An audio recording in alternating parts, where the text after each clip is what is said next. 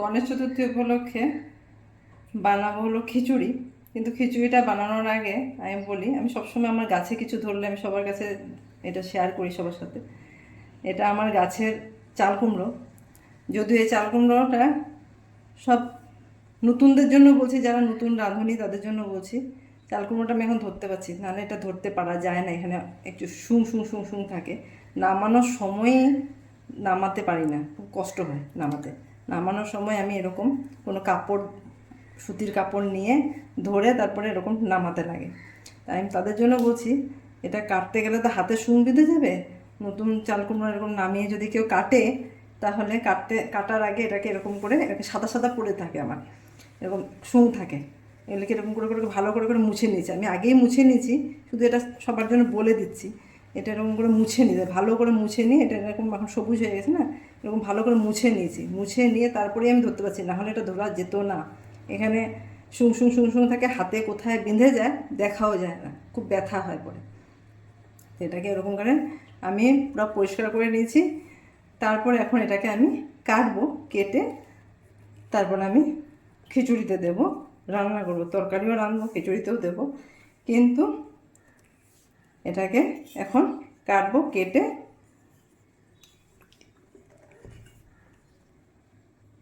এটা কাটাটা একটু কষ্ট আছে, সেজন্য পুরোটা আমি দেখাতে পারবো বলে মনে হচ্ছে না। কাটাটা দেখ টুকরো করে পরে রান্নাটা আপনাদেরকে দেখাবো। এইভাবে কেটে নেবো, 4 ভাগ করে নেবো এটাকে।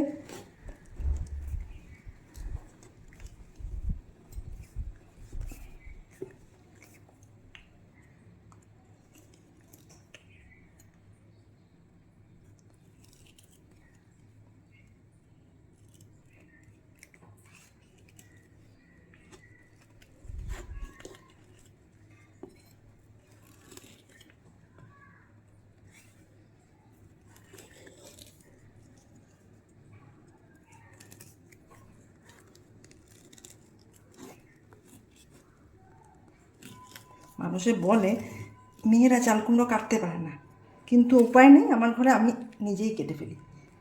কার জন্য অপেক্ষা করব? আপনাদের যদি নাকি ছেলেদেরকে দিয়ে কাটাবেন, তো ছেলেদেরকে দিয়ে আঁচ কাটিয়ে নেবেন, তারপরে কেটে নেবেন। আমি এটাকে 4 ভাগ করব, 4 ভাগ করে তারপরে আমি টুকরো টুকরো করব।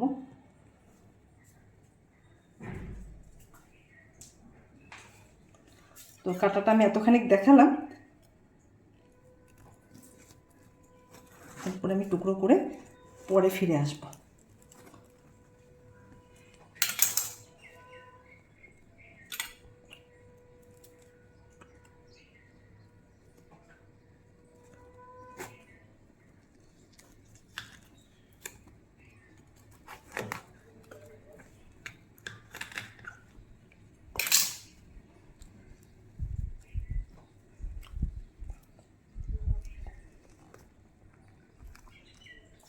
এটা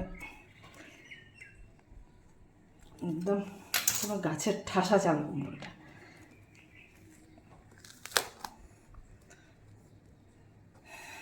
এটাকে দিয়ে আমি খিচুড়িতে দেবো। এটা তো টুকরো করে পরে আসছি। জন্য আমি হাঁড়ি বসিয়ে দিয়েছি, তার জন্য নিয়ে নিয়েছি এখানে রান্না করার জন্য সবজি নিয়ে নিয়েছি, মূলো, কচু, আর এই কিছুক্ষণ আগে চাল কুমড়া কাটলাম, এই টুকরো টুকরো করে রেখেছি চাল কুমড়াগুলিকে, এত বড় বড় টুকরো করেছি। যেহেতু এটা আমার গাছের চাল কুমড়া না, জাস্ট কালকে কেটেছি, আজকে রান্না করছি। খুব নরম চাল কুমড়া, শক্ত হয়ে যায়নি, এটা এই জন্য বড়ো বড়ো করে কাটা আছে। নিয়ে নিয়েছি অল্প কিশমিশ, আমি ভিজিয়ে রেখেছি এখানে। আর 1 কাপ চাল, এই একই কাপের আধা কাপ নিয়েছি এখানে হলো এটা মটর ডাল, আর আধা কাপ হলো মুগ ডাল। এখানে নিয়ে নিয়েছি নারকেল কুচনো, অল্প কাঁচা বাদাম, এটা জিরা, গোটা জিরা বেটে রেখেছি জল দিয়ে। আর এখানে উপকরণ নিয়ে নিয়েছি লবণ আন্দাজ মতো, ফোড়নের জন্য জিরা, 2টো এলাচ, আর 2টো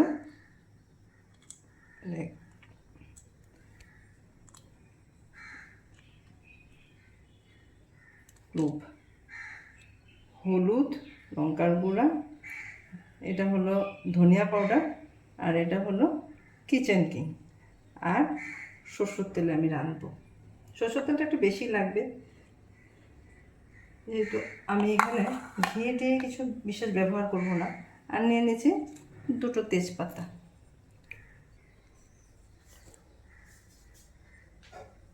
কড়াইতে তেল দিয়ে দিলাম।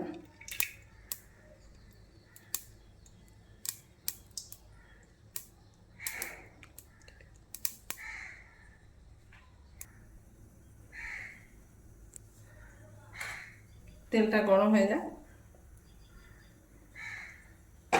তারপর আমি একটু হাঁড়িতে নাড়িয়ে নিই তেলটা।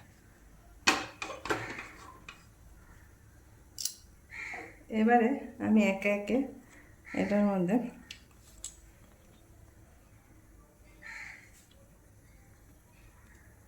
এটা ক্লোভ আর হলো এলাচটা খুব ফুটে, জিরা ফোড়ন দিয়ে দিলাম। মুগ ডালটা আমি খোলায় ভেজে ধুয়ে রেখেছি। এখন এটা আমি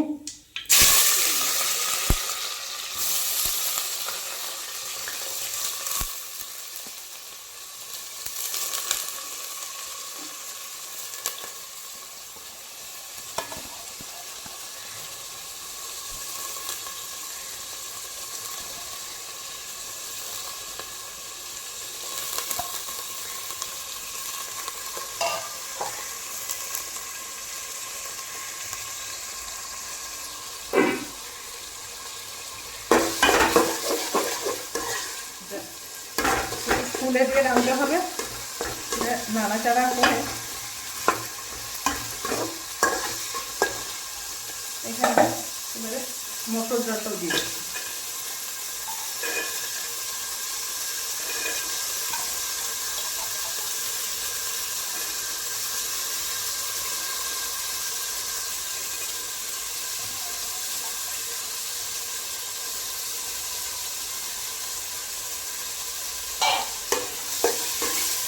কেউ যদি মটর ডাল দিতে না চায়, অরহর ডাল দিয়েও এরকম রাঁধতে পারবেন। অরহর ডাল, এই মটর ডালটাকে আমি কাল রাতের থেকে ভিজিয়ে রেখে দিয়েছিলাম। অরহর ডাল দিয়েও রাঁধতে পারেন, বা 3 রকমের ডাল মিক্স করেও এইভাবে বানাতে পারেন।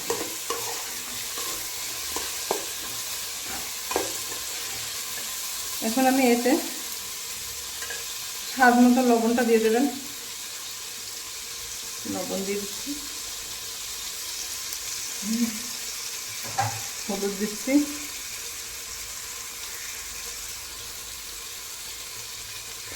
জিরে, লঙ্কার গুঁড়ো দিলাম, ধনিয়া গুঁড়ো, আর এটা কিচেন কিং। সব দিয়ে এটাকে ভালো করে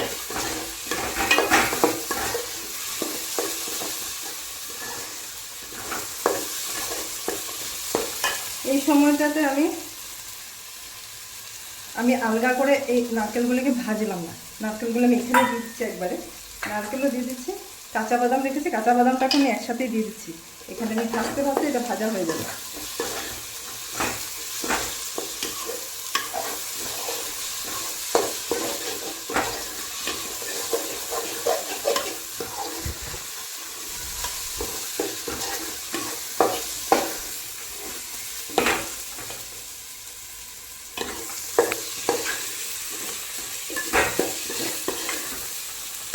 এর মধ্যে করে এই জিরে বাটা এতখানি দিয়ে দেবো, আর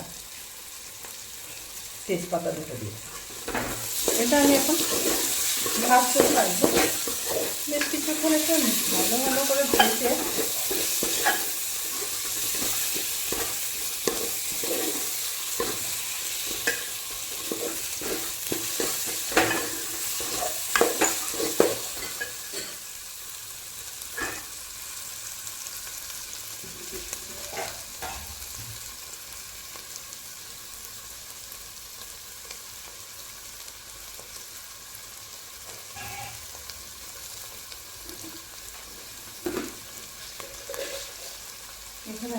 আমি চিনি দিয়ে দিই।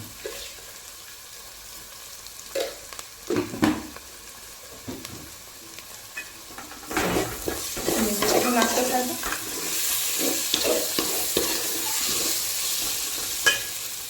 এবারে চালটা দিয়ে দেবো।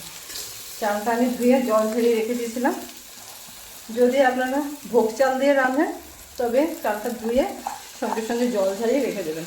আমি এটা ভোগ চাল দিয়ে রাঁধছি না, আমি যেহেতু এটা সেমি বয়েলড রাইস রাঁধছি সেই জন্য এটাকে আমি 1-1.5 ঘন্টা ভিজিয়ে রেখেছিলাম। ভিজিয়ে তারপর ধুয়ে জল ঝরিয়ে রেখে দিয়েছিলাম কিছুক্ষণ, আধা ঘন্টা মতো। এখন এটাকে ভালো করে নাড়িয়ে ভালো করে ভাজতে থাকবো কিছুক্ষণ।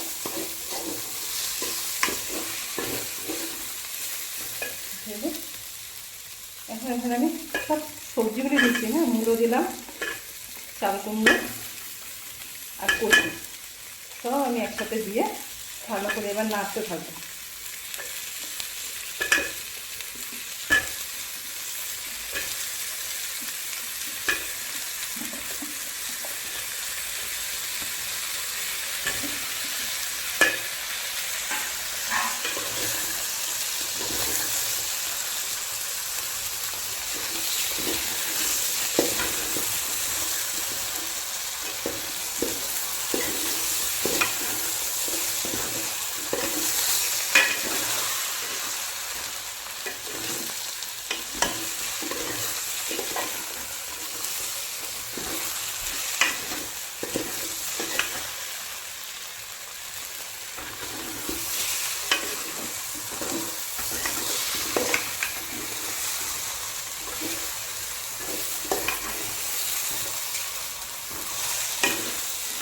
খুব নাড়তে হবে, নাড়তে নাড়তে সবজি থেকে একটু জল বেরোবে। আমি একটু সিম করে দিয়ে থাকি।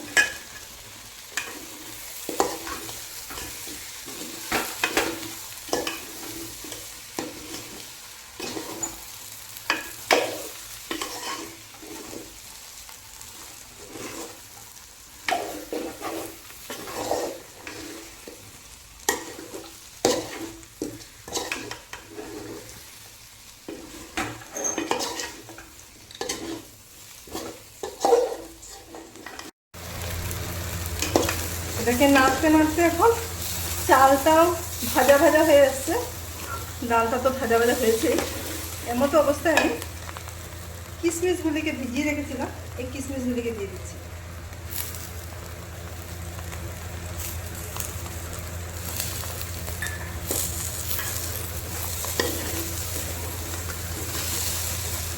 খিচুড়ি রান্নার সময় জলটা একবারে কেউই দেবেন না, কেননা জলটা একবারে দিলে আন্দাজ পাওয়া যায় না। অনেক সময় দেখা যায় কাঁচা কাঁচা হয়ে গেছে, অনেক সময় মানে সিদ্ধটা ঠিক মতন হয় না। সেজন্য জলটা একটা হিসাব মতন দিয়ে বারে বারে দেখতে থাকতে হবে, আর বারে বারে নাড়তেও থাকতে হবে, অনেক সময় নিচে লেগে যায়। এবারে আমি এখানে গরম জল করে রেখে দিয়েছিলাম, সেই গরম জল দিয়ে দিচ্ছি।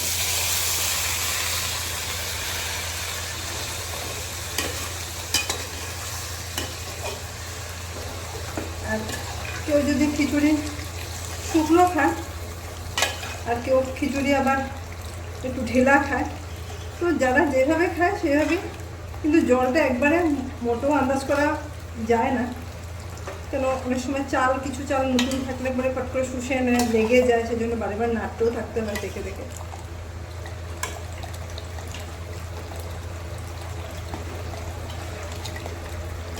আর চাল ডাল সেদ্ধ হতে হবে তো একটু জল লাগেও।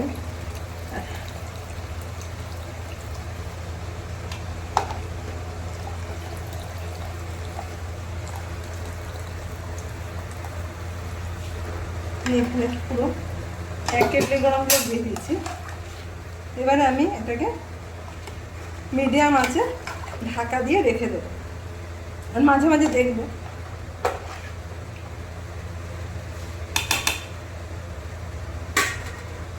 এখানে ঢাকা দিয়ে রেখে দিচ্ছি মিডিয়াম আঁচে।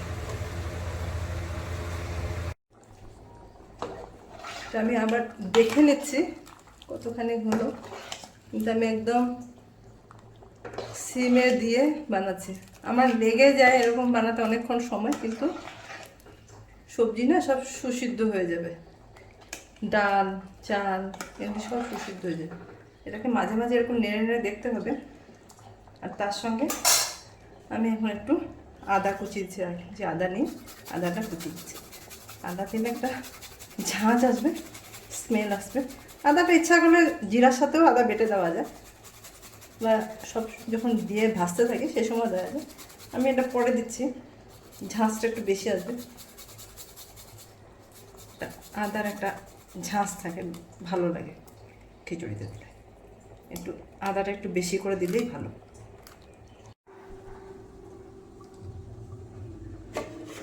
এবারে এটা জলটা তো শুকিয়ে আসছে,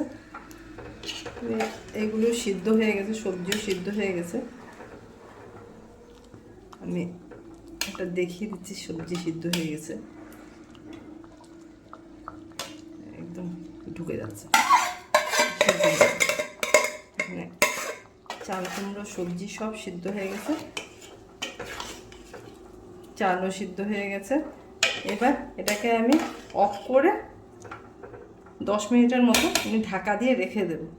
তাহলে কী হবে, খিচুড়িটা যা বসে যাবে, তারপর পরিবেশন করলে ভালো হবে। তাই আমি এখন ঢাকা দিয়ে 10 মিনিটের জন্য রেখে দেবো, এটা অফ করে দিলাম। আমার খিচুড়ি তখন বানিয়েছে, আমি বলেছিলাম একটু 10 মিনিটের জন্য ঠান্ডা হোক, খিচুড়িটা বসে যাবে। এখন আমার খিচুড়ি পরিবেশন করে দিয়েছি। দেখুন, আপনারা এইভাবে রান্না করবেন। যদি আপনাদের ভালো লাগে আমার রান্নাটা দেখে একটা লাইক করবেন, আর আপনারা রান্না করে এরকম রান্না করে খেয়ে দেখবেন কেমন লাগে, আমাকে কমেন্টে জানাবেন।